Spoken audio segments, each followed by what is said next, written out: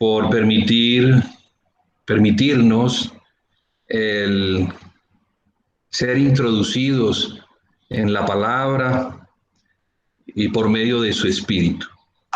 Es importantísimo que para que podamos comprender la palabra, tengamos la ayuda del Espíritu Santo. La palabra principalmente es para la iglesia, para los hijos, los que han nacido del Espíritu y pueden tener acceso por la gracia a los misterios de Dios, a poder profundizar en las inescrutables riquezas de Cristo. Entonces, si me permiten un momentico, hermanos, quisiera orar.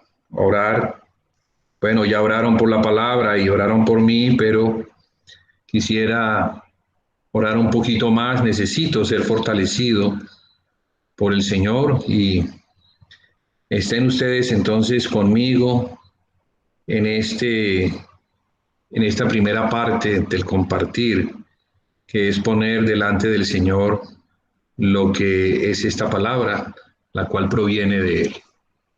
Señor, en agradecimiento a ti por lo que has hecho por medio de tu Hijo, en tu infinito amor, en tu gracia sobreabundante, nos ponemos en tus manos, Señor, reconociendo que no es por obras, sino que es por medio de la fe, al tomar de la gracia que tú nos entregas en Cristo Jesús. Apelo a esa gracia para que sea por medio de ella que podamos hablar, compartir tu palabra,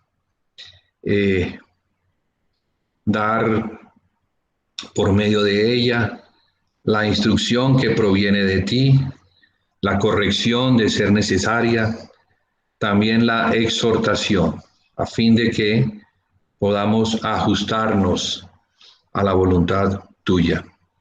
Ayúdanos a todos, ayúdame a mí a comunicarla, ayuda a mis hermanos que la reciben, al igual yo, pues aunque tengo la comisión de comunicarla, también soy receptor de la misma. Así que en el nombre de Jesús te lo pedimos, amén y amén. Bueno, hermanos, vamos a hacer algunos comentarios sobre la epístola a los Hebreos. Esta es una epístola muy densa, muy compleja, y a fin de no divagar, pues el tiempo es supremamente corto y nos llevaría muchas sesiones, quizás meses y aún años, el poder comentar la epístola. Pero pues por causa del tiempo vamos a pretender ser muy concisos. Sí, el Señor me tiene que ayudar a mí para ser conciso, ustedes me conocen. Entonces comenzaría diciendo que el tema principal de esta epístola a los Hebreos es Cristo como superior al judaísmo y a todo lo que está relacionado con la religión judía. Por lo tanto, entendiendo eso, el nuevo pacto al cual Jesucristo dio consumación en la cruz es mejor que el antiguo pacto. Entonces, ese es el tema de esta epístola, escrita a los hebreos para que ellos pudieran comprender la superioridad de Jesucristo sobre los temas que vamos a tratar más adelante. La superioridad de Cristo en cuanto a los ángeles, en cuanto a Moisés y en cuanto a Aarón. Y como resultado de esa obra del Hijo de Dios, se nos ha entregado un nuevo pacto, el cual es superior al antiguo. A título de introducción, podríamos decir que los primeros versos nos muestran que Dios ha hablado de muchas maneras. Con esto, el escritor de la epístola, que no la firma, no tiene un nombre, entonces no podríamos decir de quién es, más podríamos sospechar por la forma de escribir y por la salutación final que él hace a Timoteo, que muy posiblemente esta epístola la escribió el apóstol Pablo. Y entonces él apela al principio de la escritura a decir que Dios ha hablado de muchas maneras. Bueno, la epístola a los hebreos pone el énfasis en el hecho de que es Dios y no el hombre el que ha hablado, y lo ha hecho por medio de su palabra. Conforme al concepto de este libro, toda la escritura es el hablar de Dios. Y esto es importante y Pablo lo quiere resaltar. Es el hablar de Dios porque en esta epístola el escritor va a ir a muchas escrituras que toma del antiguo pacto a fin de establecer el patrón, de establecer la verdad sobre la cual él quiere hablar a los hebreos. Es importante entender que las escrituras son la reseña de lo que fue inspirado por Dios. Dios inspiró, los hombres inspirados hablaron y los escribas escribieron, y ese legado que hoy lo tenemos como las escrituras es el hablar de Dios. Por eso, al referirse al Antiguo Testamento, esta epístola dice en los capítulos 3, 7 y 9, 8 y también en el 10, del 15 al 17, que la escritura es el hablar del Espíritu Santo. En el Antiguo Testamento, Dios no habló al pueblo de una sola manera. Y de esta forma es que él comienza, que Dios habló de muchas maneras. Bien, él habló de muchas maneras, habló a los patriarcas de una manera, a Moisés le habló de otra manera, a David le habló de otra manera y a los profetas les habló de muchas maneras. Entonces, es muy apropiado y significativo que este libro del hablar de Dios sea llamado la epístola a los hebreos, ya que el primer hebreo mencionado en la escritura, eso lo podemos ver en Génesis 14, 13, es Abraham, el padre de todos aquellos que por medio de la fe tienen contacto con Dios. Sí, porque ese también es un punto relevante en esta epístola, la fe. La fe y no las obras de la ley. Y allá vamos a llegar poco a poco. Entonces, Abraham es llamado el padre de la fe, o sea, de todos aquellos que por medio de la fe, así como él lo tuvo, podemos tener contacto con Dios. Por esa razón, en Éxodo 9, verso 1 y 13, el Señor es llamado el Dios de los hebreos, de donde la raíz de la palabra hebreo significa cruzar. Y esto puede significar cruzar ríos o fronteras o linderos que delimitaban los territorios en el tiempo de Abraham. Entendamos que las naciones estaban delimitadas por medio de fronteras y una de esas fronteras eran los ríos. De modo que pasar de un lugar a otro lugar, atravesando esa frontera, cruzando esa frontera, eso hace al hombre un hebreo. De allí entonces el significado o que podemos entender de lo que es un hombre que pasa de un reino a otro reino. A los hebreos entonces, o aquellos, como Dios les llama al Dios de los hebreos, son todos aquellos que como Abraham cruzaron la frontera para salir del lugar en donde se encontraban a la tierra que Dios les iba a mostrar. Fue así como Dios llamó a Abraham: sal de tu tierra, así importante, de la casa de tu padre y de tu parentela a la tierra que yo te mostraré. Ese fue el llamado de Abraham y sigue siendo el llamado de Dios para los hombres. Es un llamado que nosotros a veces no lo entendemos muy bien, pero viene como una fuerza o presión que nos guía a salir de donde estamos al lugar a donde Dios nos quiere llevar.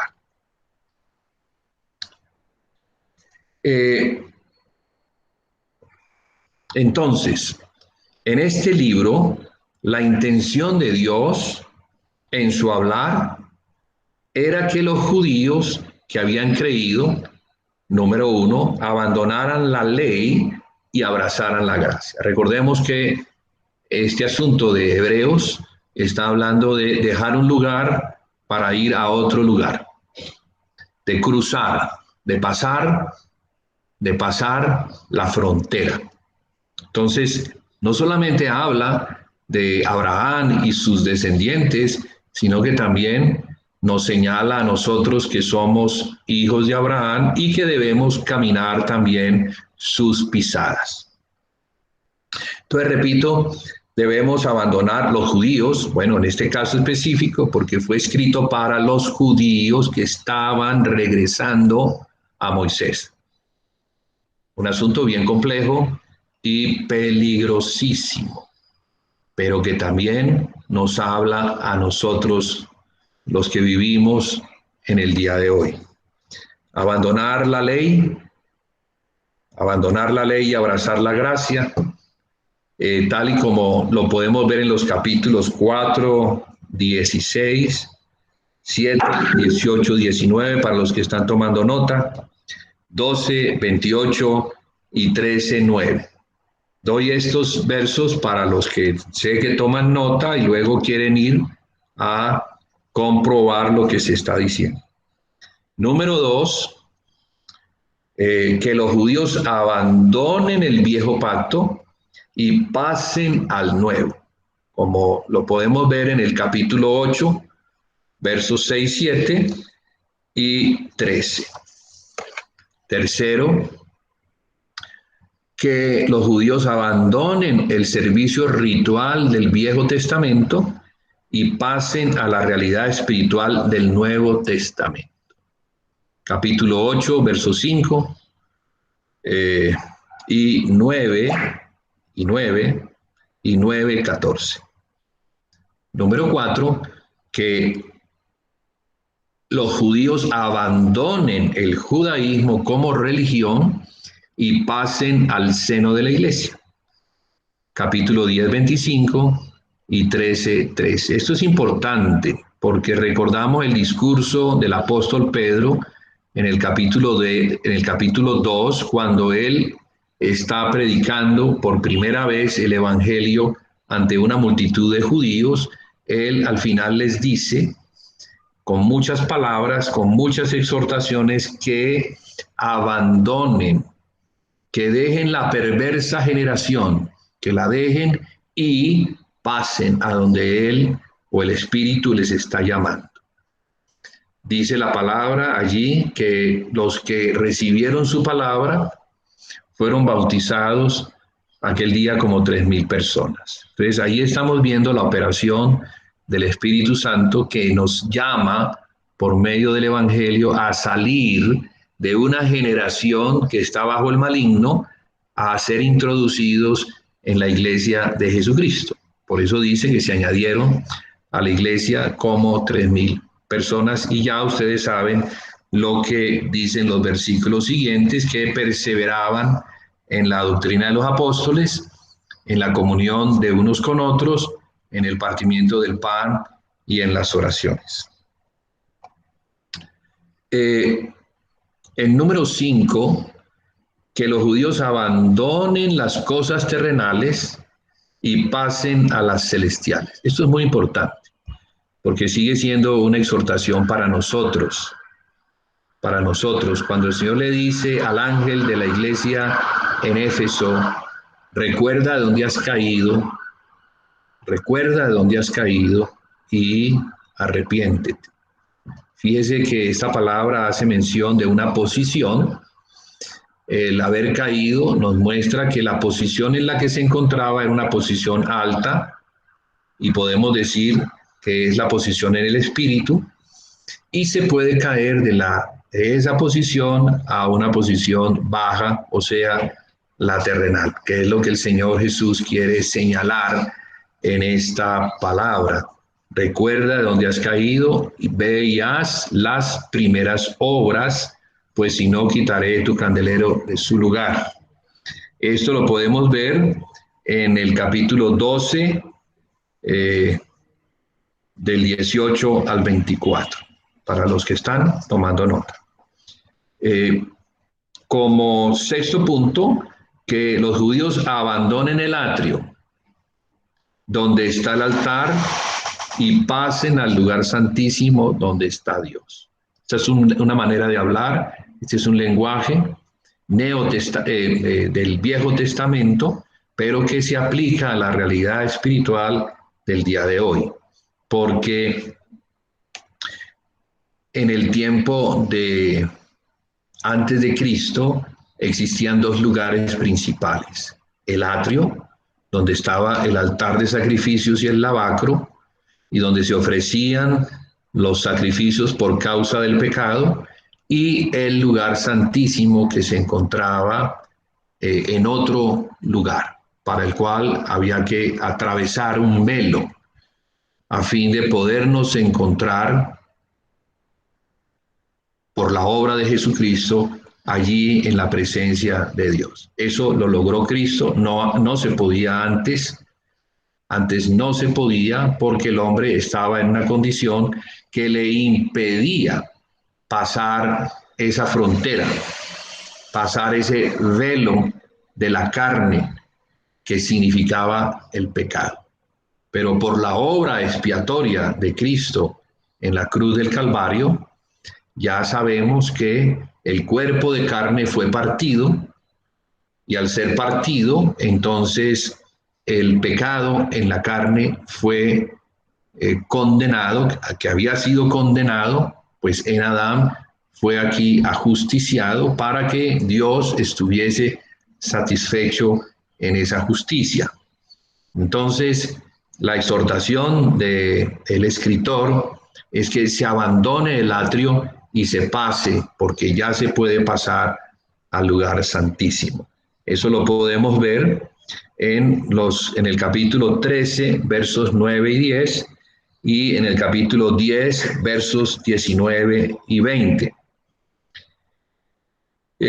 Número 7, que ellos abandonen la vida regida por el alma y pasen a la vida regida por el espíritu. Capítulo 4, verso 12. Para esto, entonces, vale la pena recordar lo que el Señor indicó a aquellos que le estaban siguiendo. Les dijo que si alguno quisiera venir en pos de él, debía negarse a sí mismo, tomar la cruz cada día para seguirle. Pero a continuación dijo que el que quería ganar su vida, ese la iba a perder.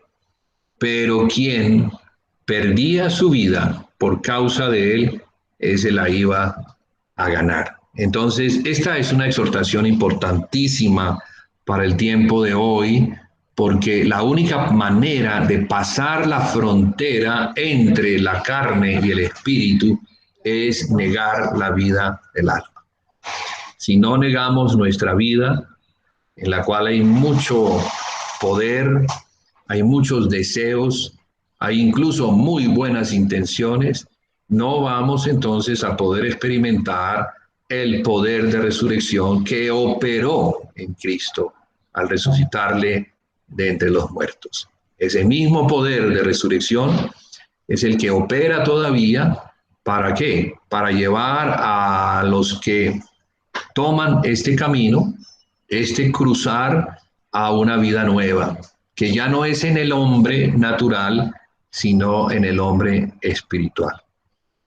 Pablo, entendiendo estas cosas, dice que con Cristo está juntamente crucificado y ya no vive más, ya no vive él, sino que Cristo es el que vive en él. Y lo que ahora vive en la carne, lo vive en la fe del Hijo del Hombre que lo amó y se entregó a sí mismo por él. Entonces, bueno, hay muchos paralelos o complementos que nos muestran que la exhortación del Espíritu sigue siendo la misma en muchas partes de las Escrituras.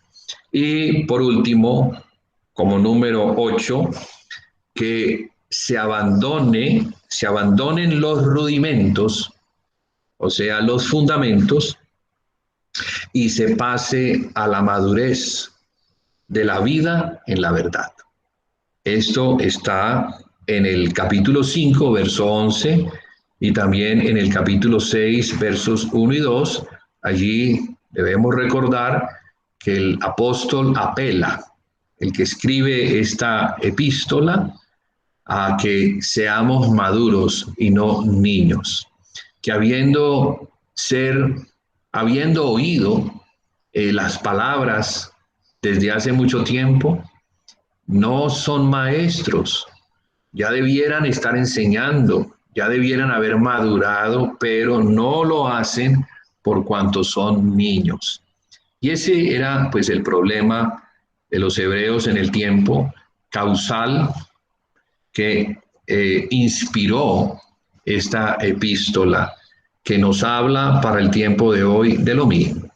Debemos entonces pasar estas fronteras, ser hebreos en ese sentido, no solamente porque somos descendientes de Abraham en el linaje de Jacob, sino porque somos descendientes de Abraham, todos los que por la fe hemos creído en Jesucristo.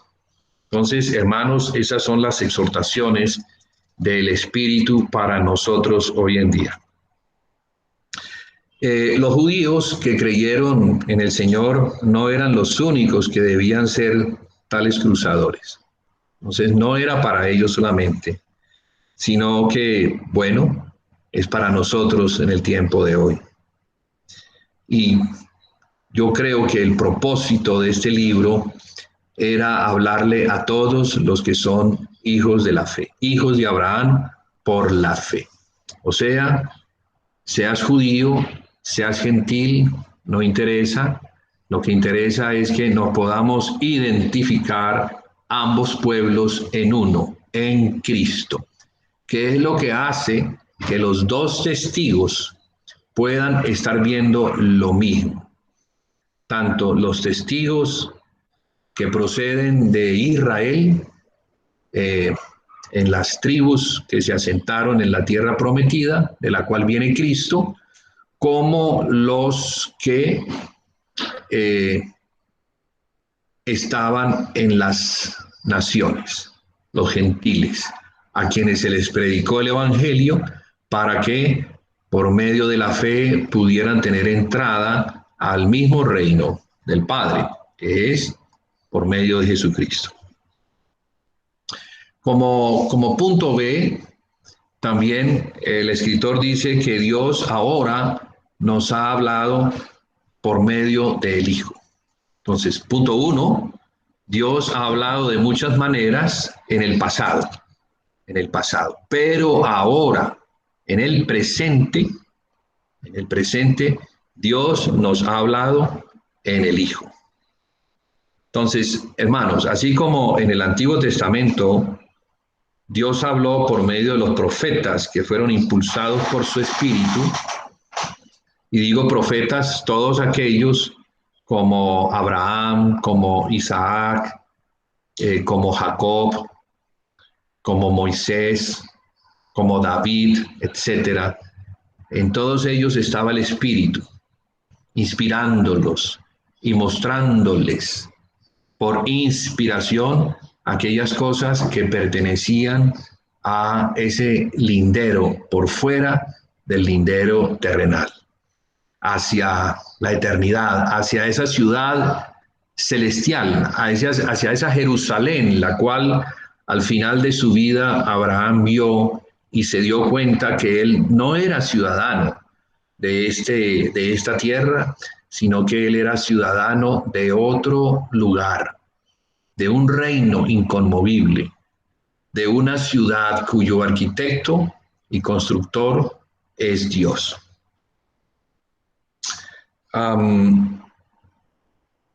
Ahora, bueno, Dios habló en el Antiguo Testamento, pero en el Nuevo Testamento Dios nos habla en la persona del Hijo, quien según el verso 8 es Dios mismo, pero manifestado en carne a fin de expresarse o darse a conocer.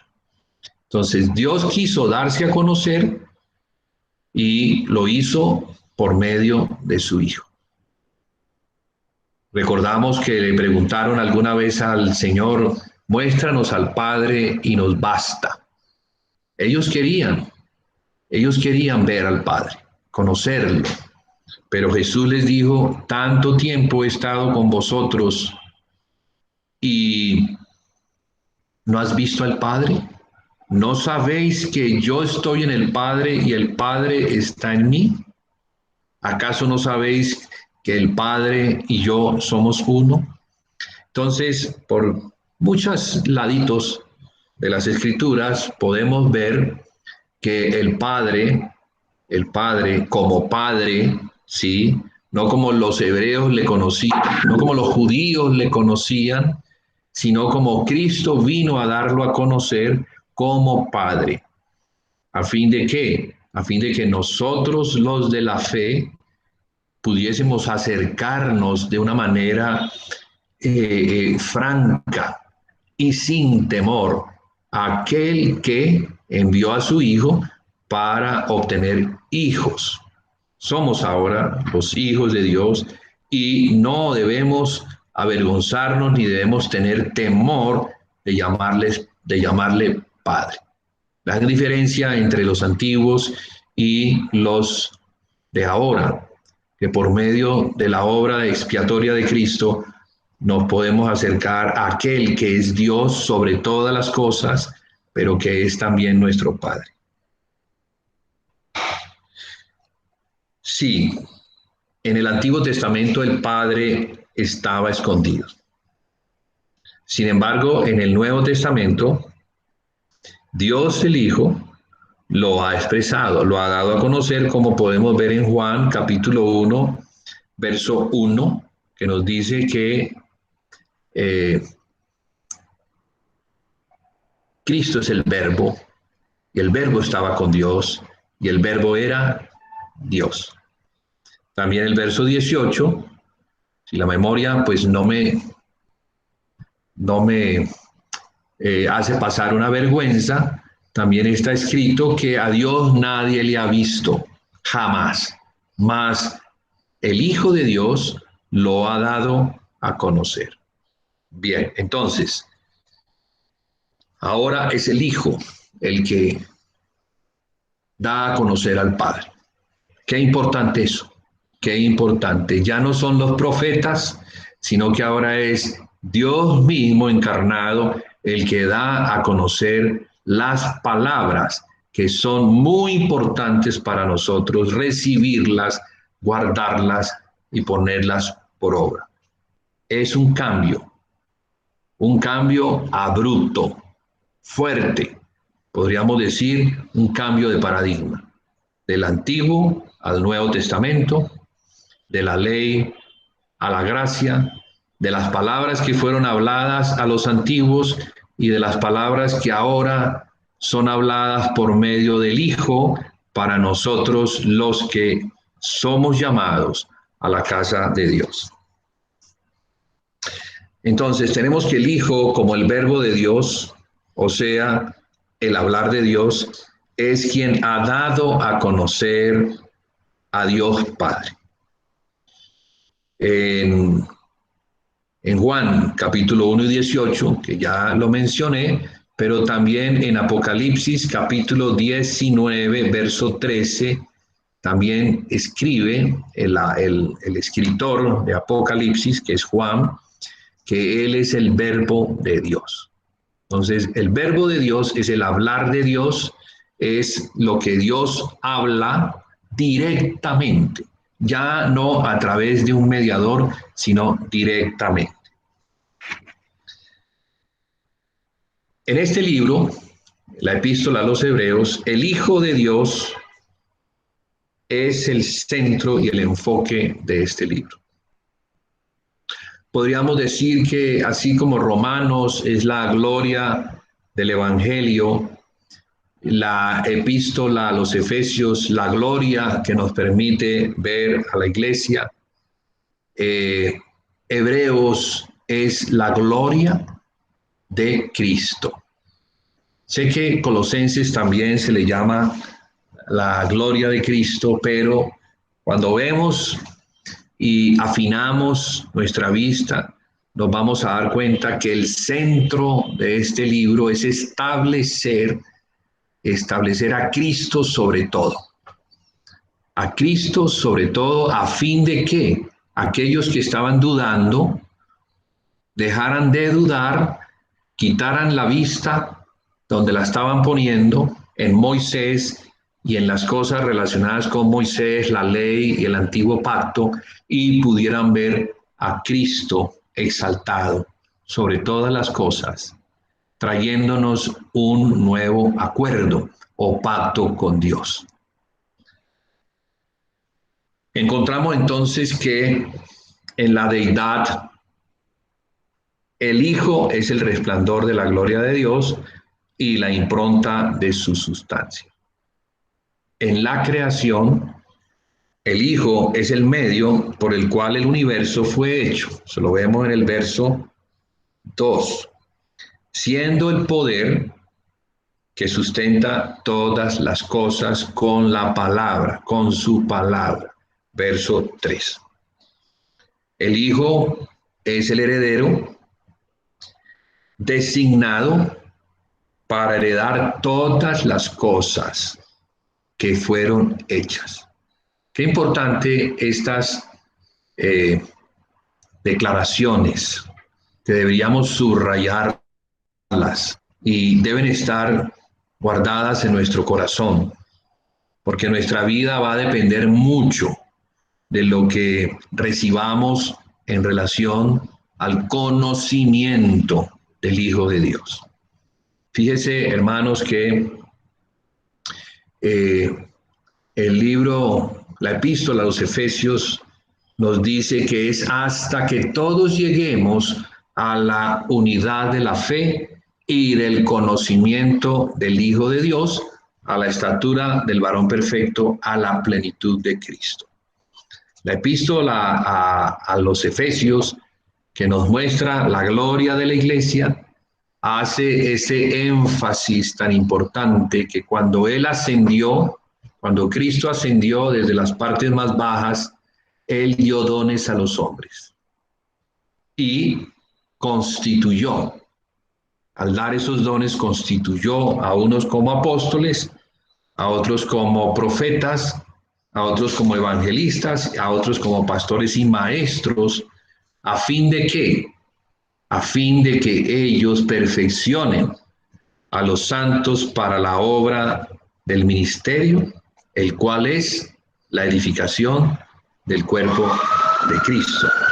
Esto es central, esto es fundamental y debe estar muy claro para nosotros que lo que se pretende hacer o lo que se quiere hacer, no se pretende, lo que se debe hacer, porque no es una pretensión, sino que es un mandamiento, es la edificación del cuerpo de Cristo, que es la casa de Dios, que es la iglesia local, y que es hasta que, o sea que estos que fueron constituidos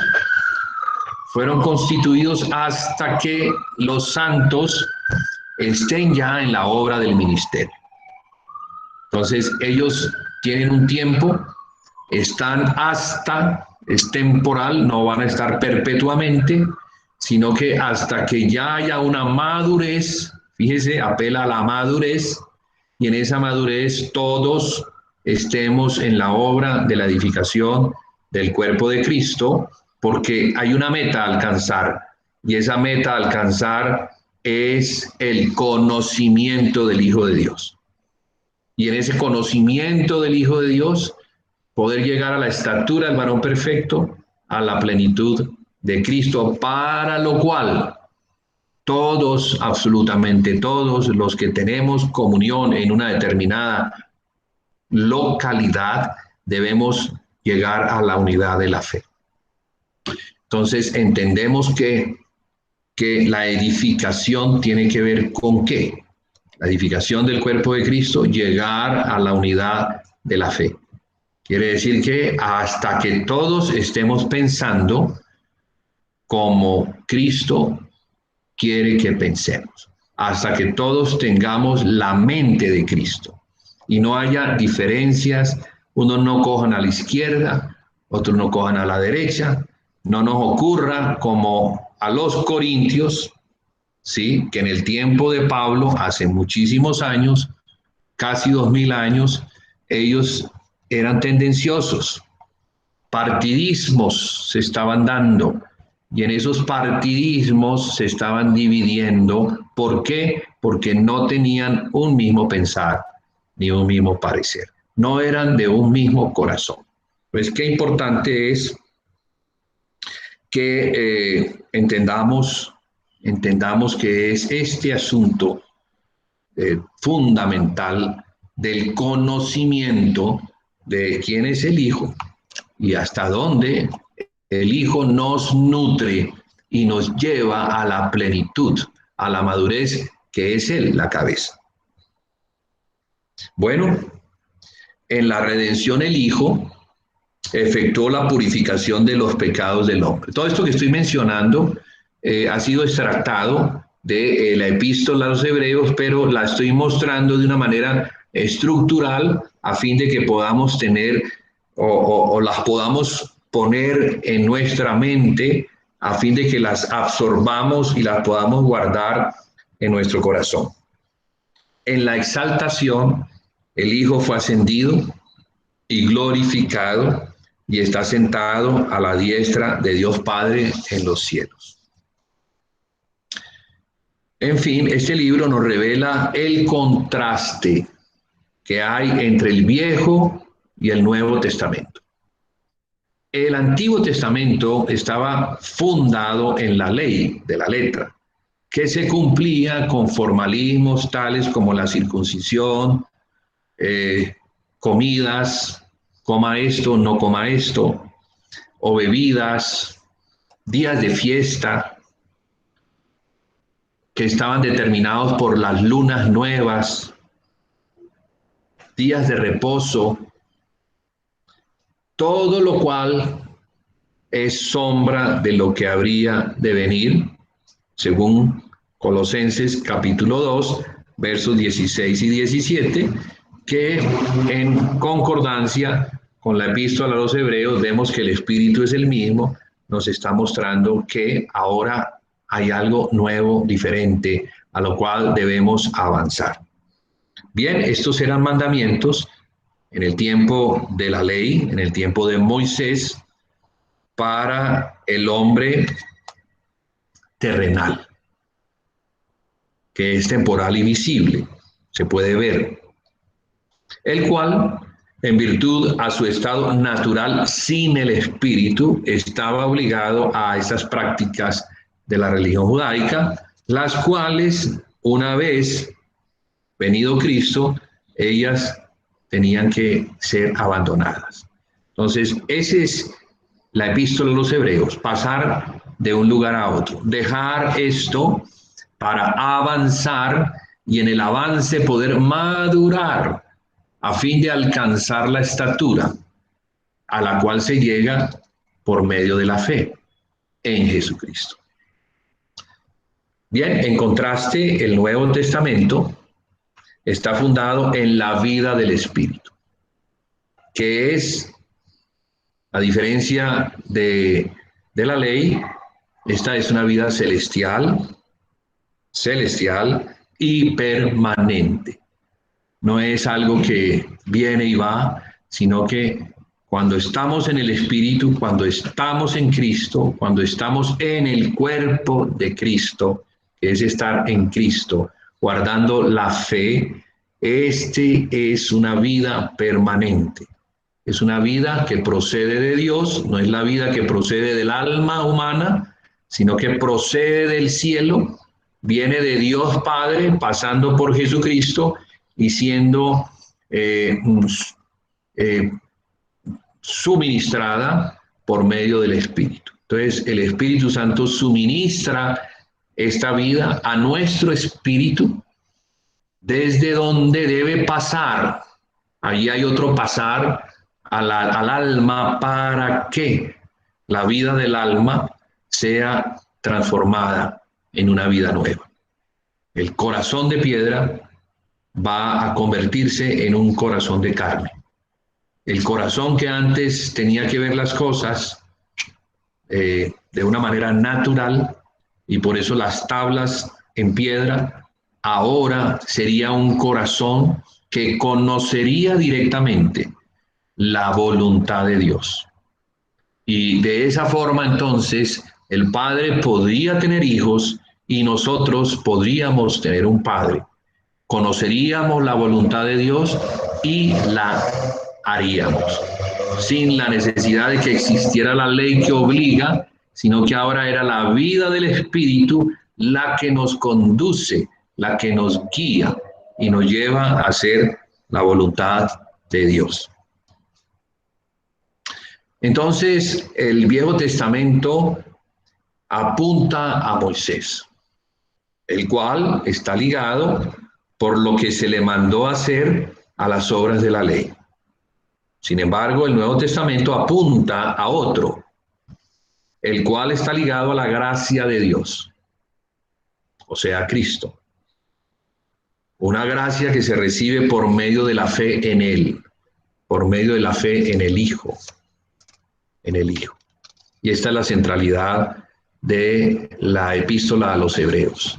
Todo lo que se transmite, se muestra acerca del Hijo como superior a todo, lo recibimos por medio de la fe. Pero esa es una gracia, ¿sí? La salvación es por gracia y se recibe por medio de la fe, no por obras, no es por obras. Y esas obras eran las obras de la ley, que tenían mandamientos para el hombre en su naturalidad, en la carne, pero que por su estado no le podían cumplir a Dios.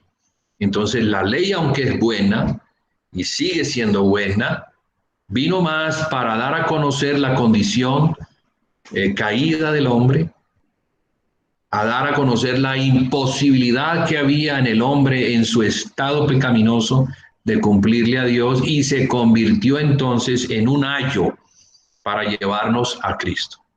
Entonces, obró como una ayuda, como un impulso que generaba en la persona que quería cumplir la ley y que se daba cuenta de que dentro de él había algo que le impedía cumplirla, que era otra ley, la ley del pecado y de la muerte.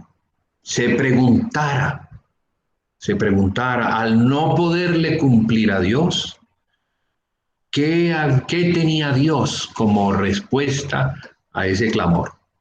Y la respuesta de Dios siempre fue la misma: la gracia. Y esa gracia nos habla de aquel que se da por los hombres. Y siempre estuvo la gracia, aunque no era el énfasis del Antiguo Testamento, pero la gracia siempre aparece en hombres como David, el mismo Abraham, ¿sí?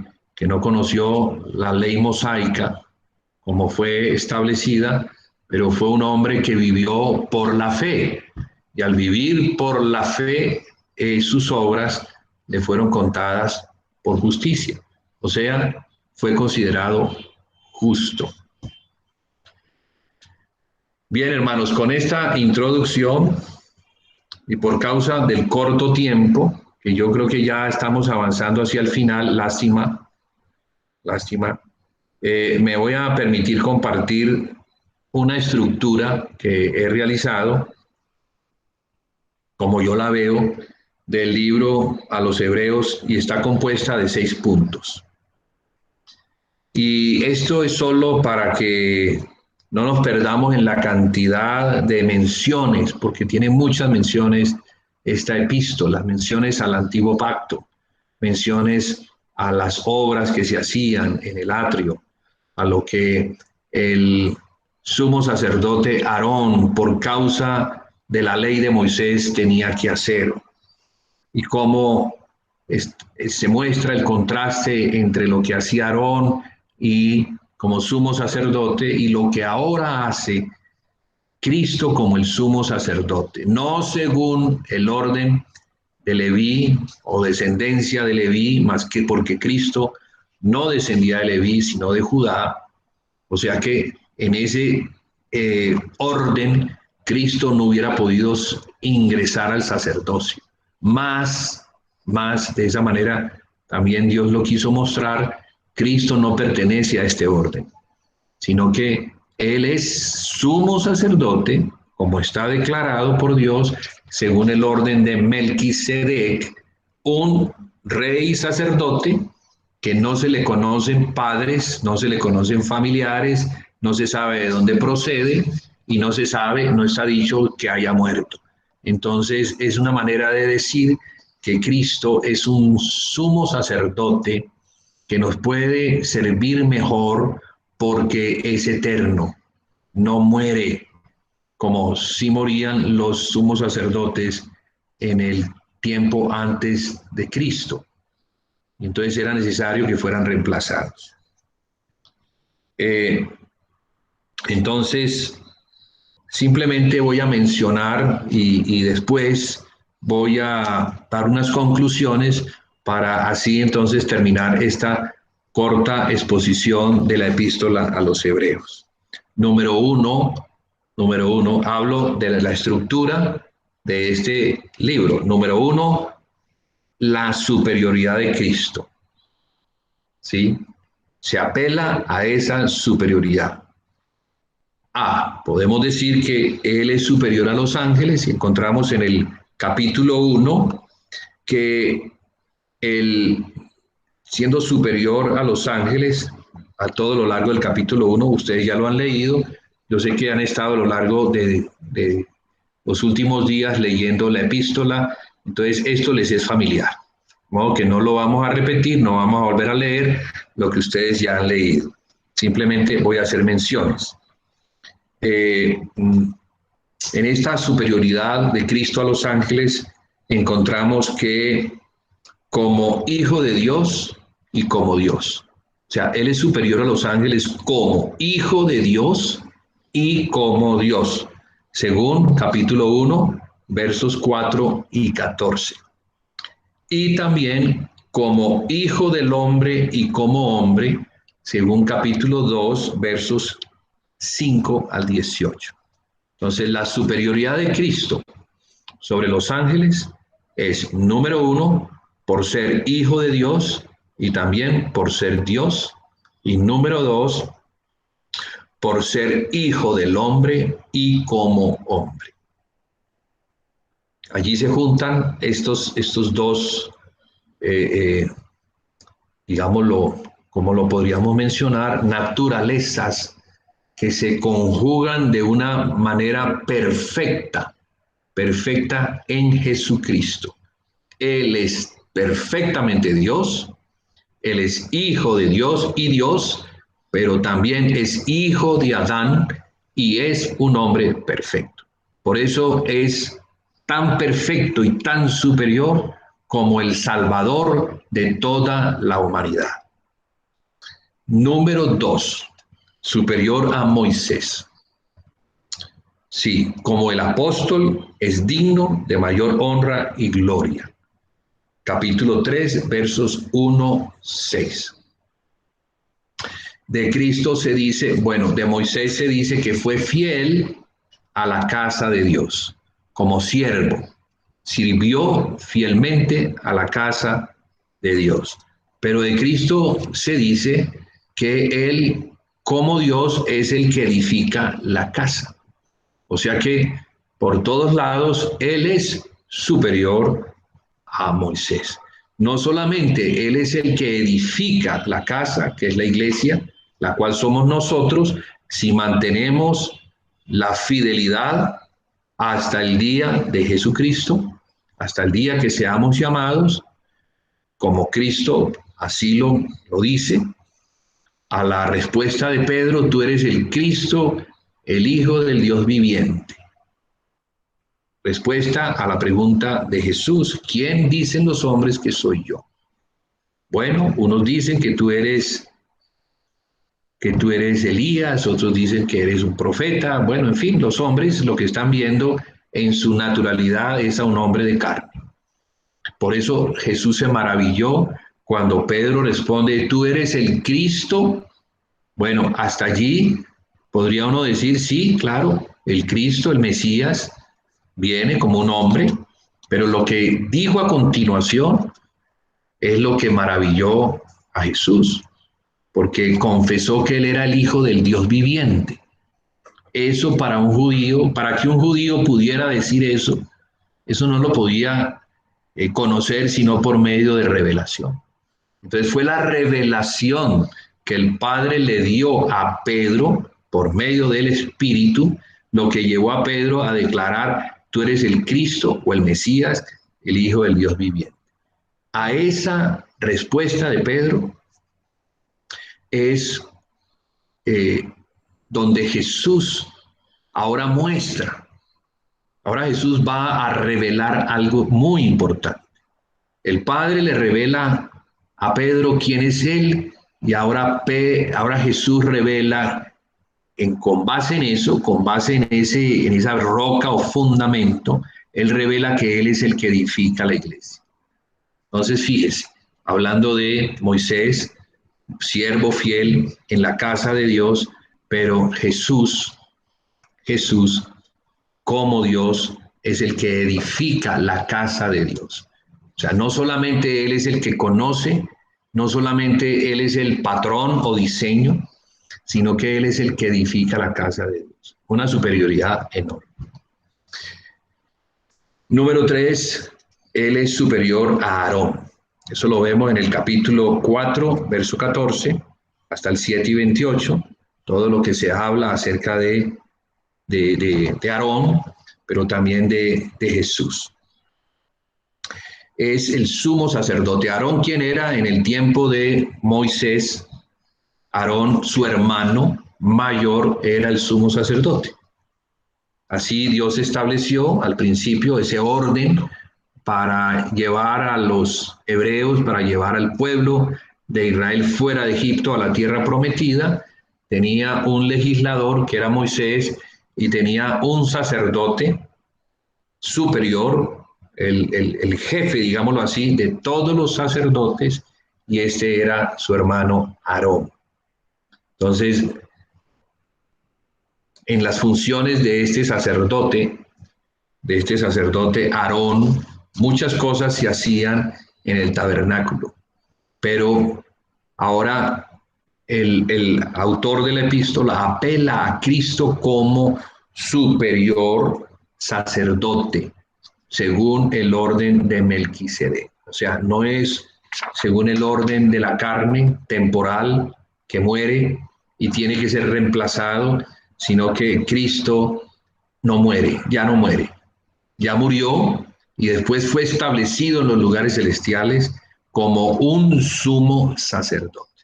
Entendamos que un sumo sacerdote es el que tiene el privilegio de acercarse a Dios, de rogarle a Dios, claro, y de llevar también la intercesión o las rogativas del pueblo. Así que nosotros tenemos un sacerdote superior, el cual, por lo mucho que sufrió, conoce los sufrimientos del hombre y se compadece del hombre y entonces está atento a los ruegos y a las peticiones del hombre que está conectado a él por medio de la fe. Bien, él es un sumo sacerdote grande, perpetuo y viviente que nos puede salvar por completo. Capítulo 7, versos 1 y 28. Ok, entonces eso en cuanto a la superioridad de Cristo. Número 2, el nuevo pacto de Cristo es mejor que el viejo pacto. Eso lo podemos ver en los capítulos 8, del 1 al 10, 18. Ya ustedes han leído, entonces no me voy a detener, simplemente voy a mencionar estos aspectos como títulos o como énfasis importantes en esta epístola que nos quiere dar a conocer la superioridad de Cristo, pero también la superioridad del nuevo pacto. Bien, hay un mejor pacto de mejores promesas con un ministerio más excelente. Capítulo 8, versos 1-13. Hay mejores sacrificios con una mejor sangre, la de Cristo, con el mayor y más perfecto tabernáculo celestial. Allá a ese tabernáculo entró el Señor Jesucristo con su propia sangre. Entonces, estas cosas hacen una diferencia y una distinción que podemos decir de la tierra al cielo. Nada que ver para irse a lo que estaba sucediendo con ellos, regresarse. Fíjese que ellos han cruzado la frontera, pero ahora se quieren regresar. No, eso no puede ser. Número 3, esta parte es muy importante. Podríamos decir que sin esto todo lo demás se cae. Y es que hay un camino único, el cual se debe caminar y es el camino de la fe. Capítulo 11, del 1 a 40, muestra dos aspectos importantes. El primer aspecto es la definición de la fe y el segundo aspecto nos habla de los testigos de la fe. De los versos 2 al 40 nos habla desde Abel hasta todos aquellos hombres que por la fe vivieron, sin ver el cumplimiento de las promesas. Ellos veían con ojos que traspasaban las fronteras de la naturalidad y se adentraban a las fronteras de lo eterno. Y así vivieron estos hombres que nos sirven como ejemplo hoy en día. Muy importante que el autor de esta epístola, inspirado, tenga este punto central de la fe, porque fíjese que hay una gran diferencia entre vivir por obras a vivir por fe. Cuando se vive en la ley y bajo las obras de la ley, las cuales son obras muertas, no es necesario tener fe. Si se te dice no comas, bueno, no comas esto, no voy a comer esto. Si se te dice circuncídate, te vas a circuncidar, que entre otras, los que se circuncidaban eran niños de 8 días de haber nacido. Entonces, ¿quién les iba a decir a estos niños si se querían circuncidar? Pero bueno, así lo quiso el Señor para mostrar que la ley opera de una forma y la fe opera de otra forma. De modo que si queremos vivir nuestra vida cristiana, tenemos que vivirla en la fe de Jesucristo. Eso exige de nosotros creerle a Dios.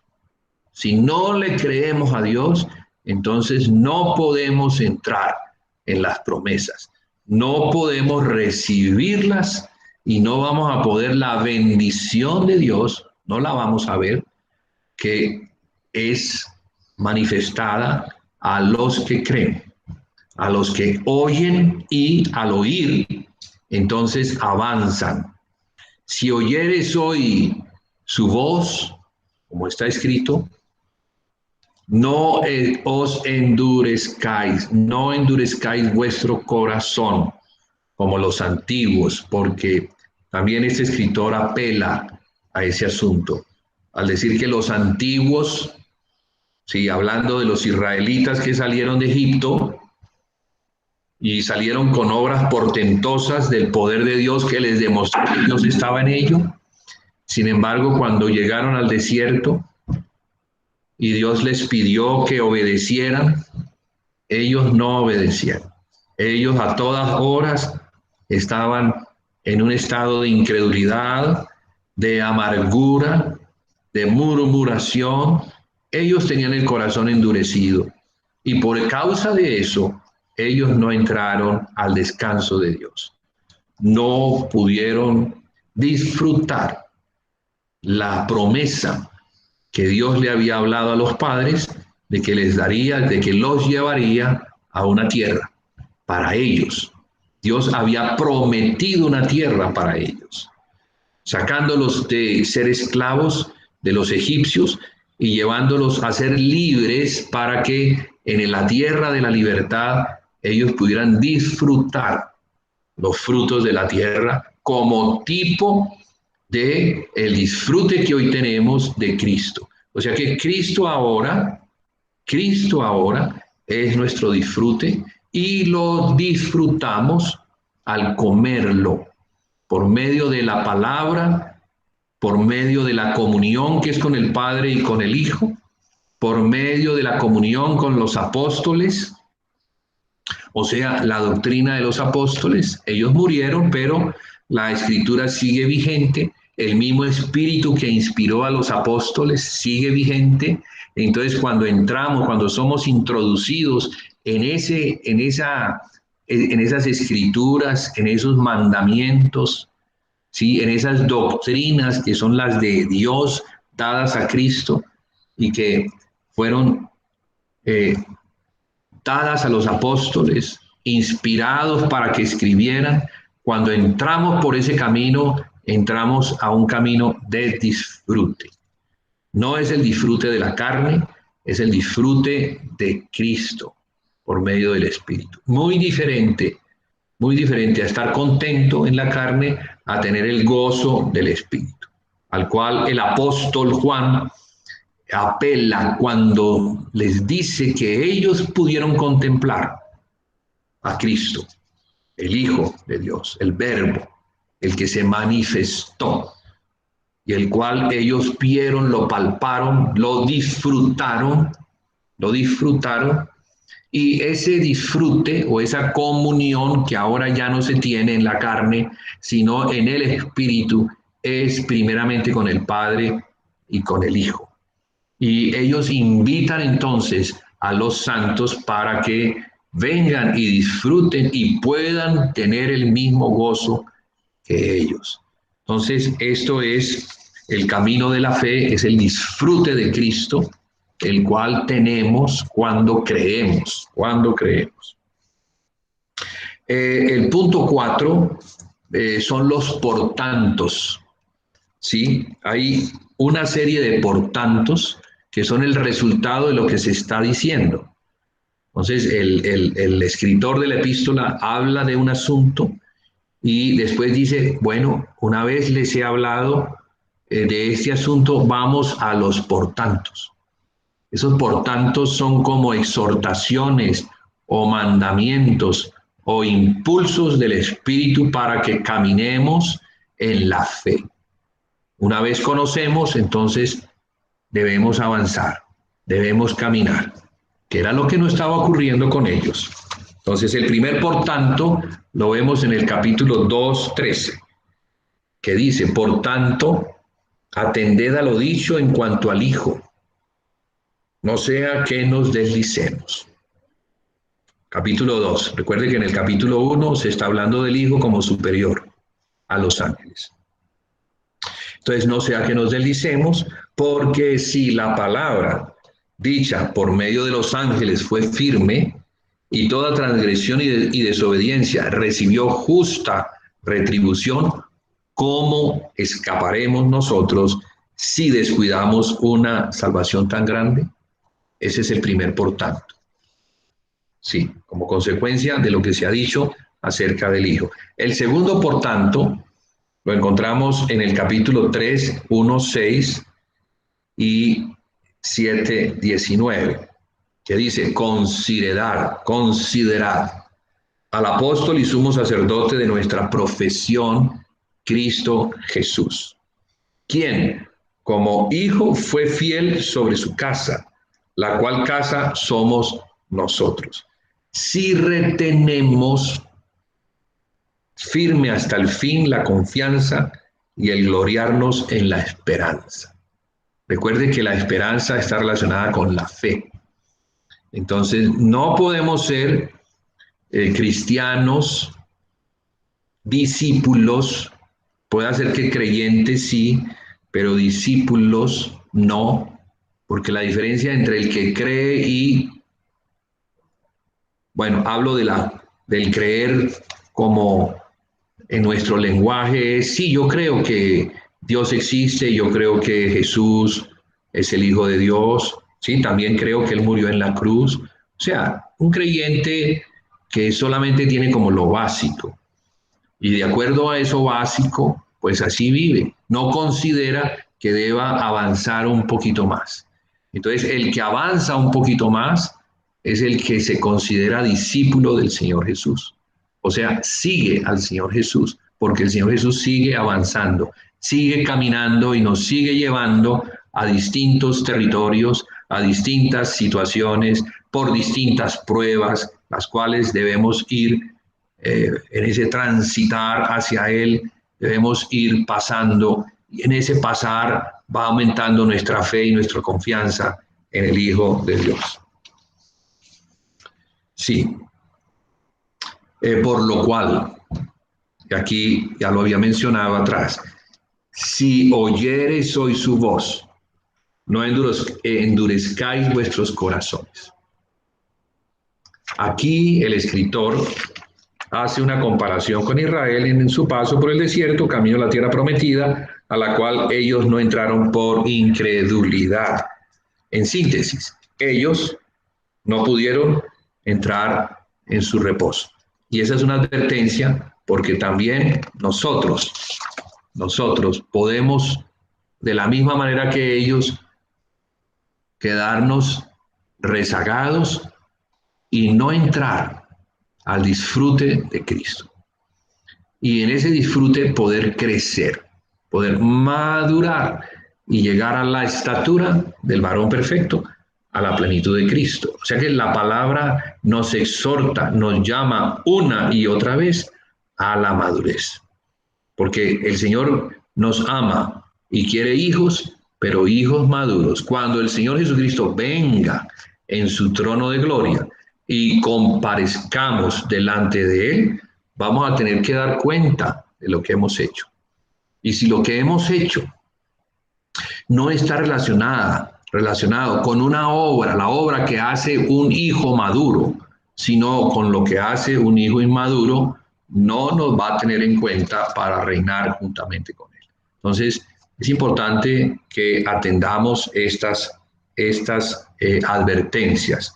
La tercera advertencia, ¿sí?, que está en el capítulo 5, del 11 al 14, surge de lo que él viene comentando en los capítulos anteriores, ya que aunque tiene mucho que decir, pero le es difícil de explicar por cuanto ellos, a quienes se les escribe la carta, y que podemos ser nosotros también, nos hemos hecho tardos para oír.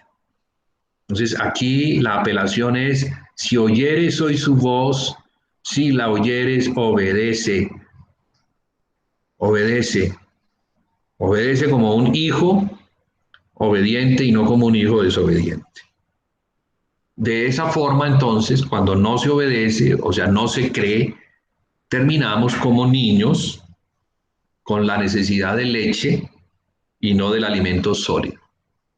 Por lo tanto, Así luego está escrito, dejando los rudimentos de la doctrina de Cristo, vamos adelante a la madurez. Y ahí entonces el capítulo 6 nos muestra cuáles son los rudimentos.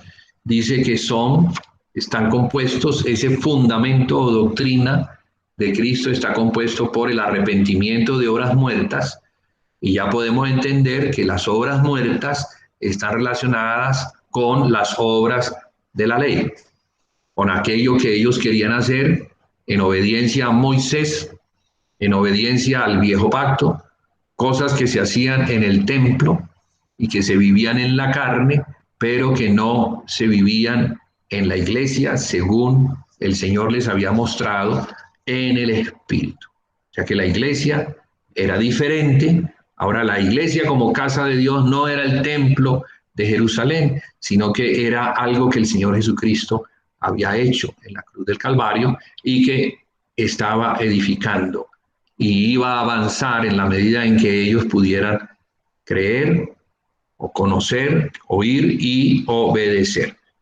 Quiero decir que también en esto Jesús dice en Mateo 7 que compara a una casa edificada sobre la roca a aquellos que oyen y hacen. Los que oyen y hacen son comparados como una casa edificada sobre la roca. Pero los que oyen y no hacen son comparados con una casa edificada sobre la arena. O sea que de muchas formas nosotros, bueno, somos exhortados más al hacer que al oír solamente, porque nos podemos quedar como oyentes. Nos gusta oír y oír y oír y oír y oímos y oímos y oímos y oímos, y al final tenemos una gran confusión con todo lo que hemos oído. ¿Por qué? Porque Dios quiere que oigamos, pero quiere también que obedezcamos. Entonces, el camino de la fe es un camino como subiendo escalones. Oiga, obedezca. Ya obedeció, ya creció. Ahora, oiga lo nuevo, obedezca. Ya obedeció, bueno, ya creció. Ahora lo nuevo, oiga y obedezca. Así nos va llevando el Señor. Poco a poco.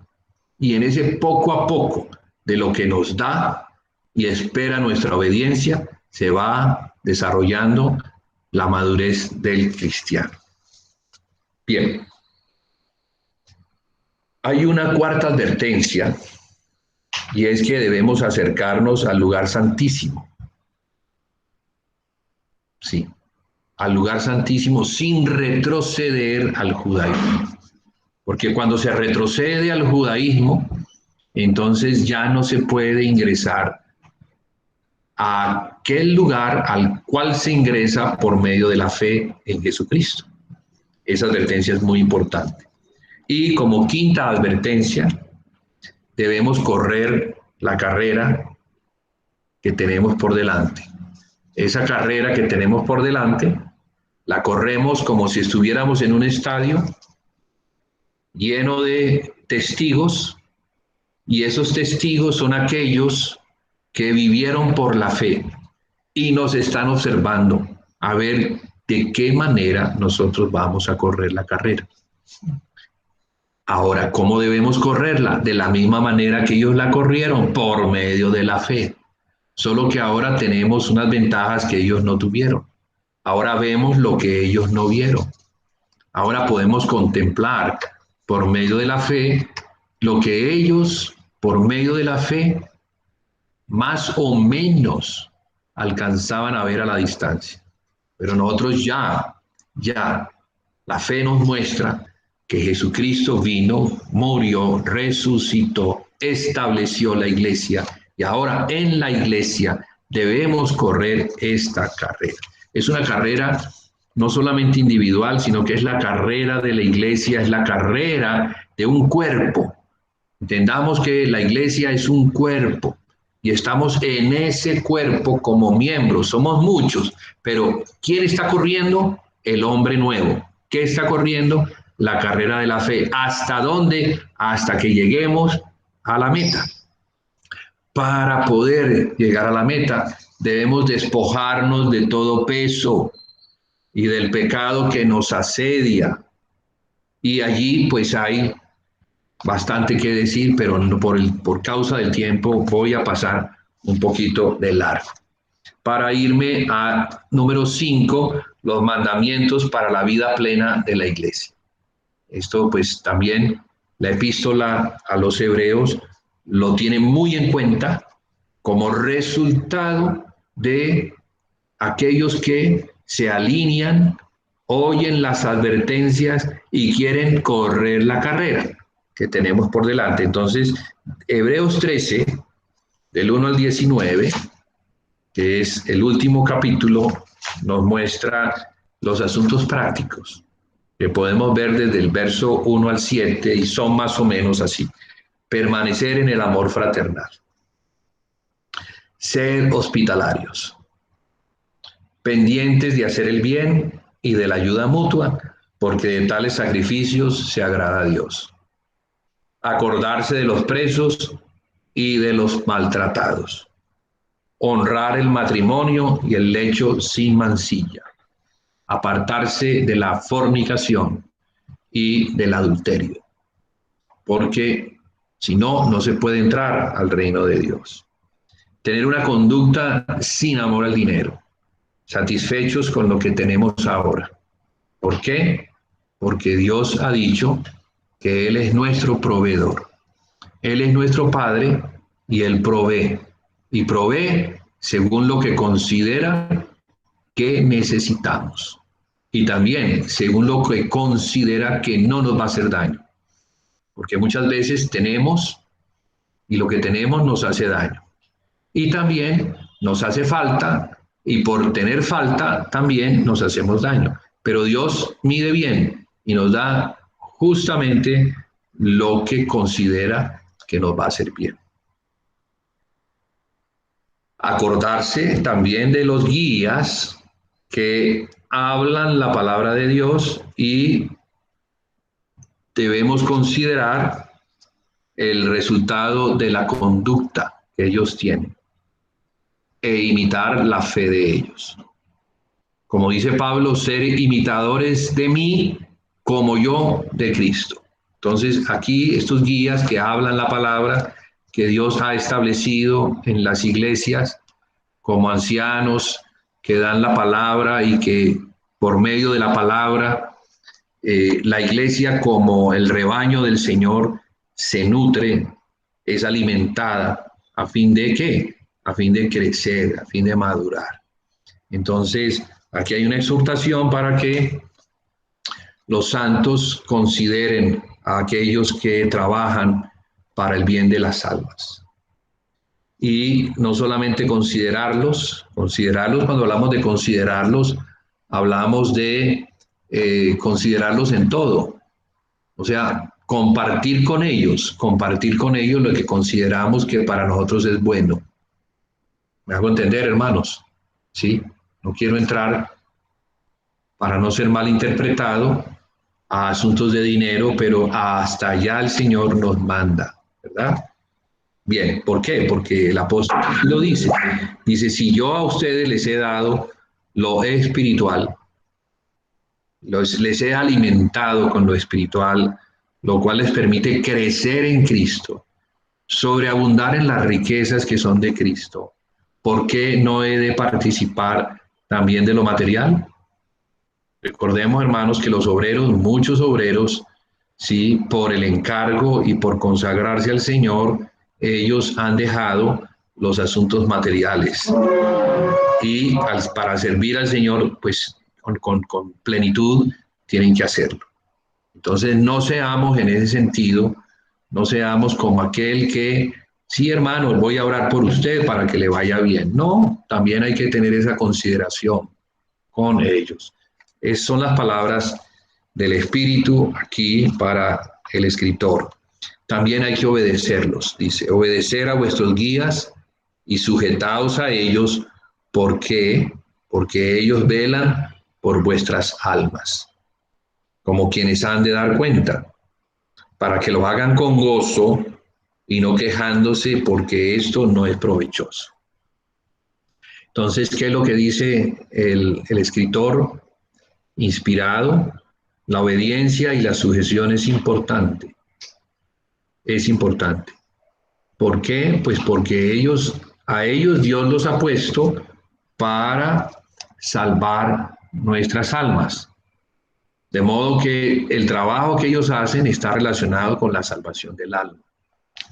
Muchas veces, entonces, por ese trabajo que viene del Señor y que no es para agradar al hombre, sino para agradar al Señor, son mal interpretados.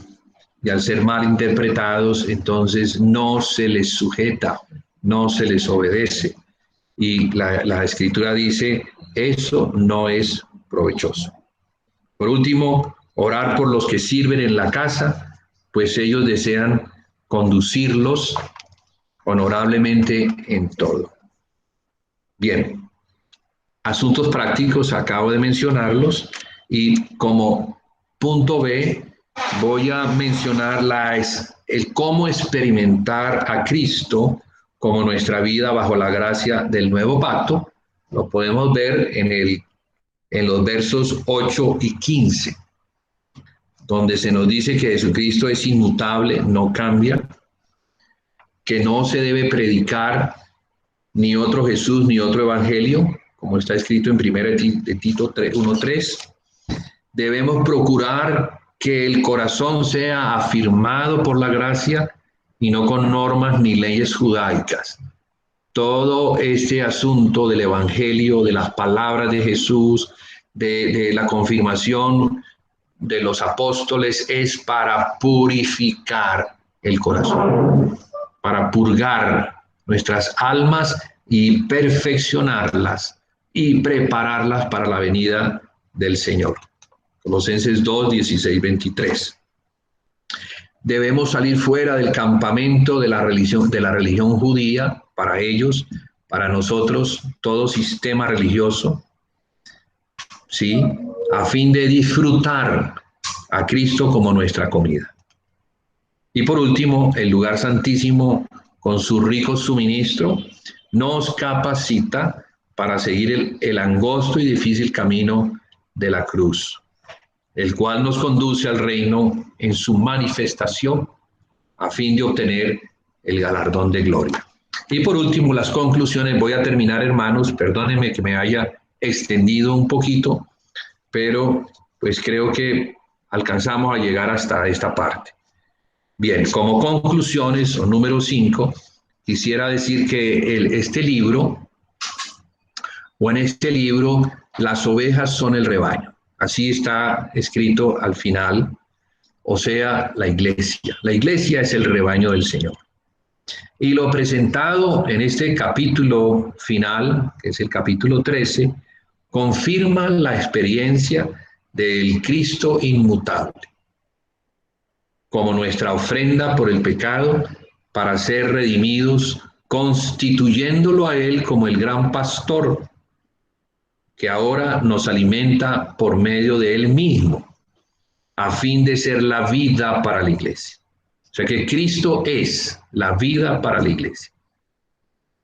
Esa experiencia a la cual ingresamos por medio de la fe va a dar o va a generar una vida práctica de la iglesia, fuera de los sistemas religiosos, fuera de la carne, fuera de las estrategias humanas, de las cosas que el hombre ha querido hacer para establecer una iglesia fuera de esos linderos. Entonces, es Cristo el que suministra su vida, y con esa vida es que la iglesia vive. ¿Y vive qué? La vida del cuerpo. ¿De quién? De Cristo. O sea que la iglesia como cuerpo de Cristo es sustentada por Cristo, es dirigida por Cristo, es nutrida por Cristo, empoderada por Cristo. Todo, absolutamente todo lo necesario para la vida de la iglesia lo tenemos o lo recibimos por medio de Él. Entonces, este libro, hermanos, no trata de las cosas temporales tales como las del viejo pacto, sino de cosas eternas, superiores, que están más allá del límite del tiempo y del espacio. O sea que nos remonta allá, a lo celestial, a lo eterno. Traspasa los límites de lo natural, de lo temporal, y nos proyecta entregándonos en el Espíritu por medio de la fe a aquel que es el que sustenta todas las cosas con la palabra de su poder. Bien, entonces el nuevo pacto no es solo un mejor pacto, sino un pacto eterno. Es eternamente eficaz debido a la eficacia eterna de la sangre de Cristo, con la cual fue puesto en vigencia, tal y como vemos en Mateo 26 y 28 y Lucas 22 y 20, para los que quieran escribir, donde el Señor Jesús menciona que es por su sangre que se hace un nuevo pacto. Eso lo estableció Él. Entonces, hermanos, para terminar, desde el principio hasta el fin de esta epístola, se nos presenta un Cristo celestial que está haciendo una obra en conjunción con Dios Padre, por lo cual se dice ya al final de este libro, versos 20 y 21, y el Dios de paz, que resucitó de los muertos a nuestro Señor Jesucristo, el gran pastor de las ovejas, por la sangre del pacto eterno, os haga aptos en toda obra buena para que hagáis su voluntad, haciendo Él en vosotros lo que es agradable delante de Él por Jesucristo, al cual sea la gloria por los siglos de los siglos. Amén. Entonces, hermanos, hasta aquí, pues este compartir breve, resumido, compactado.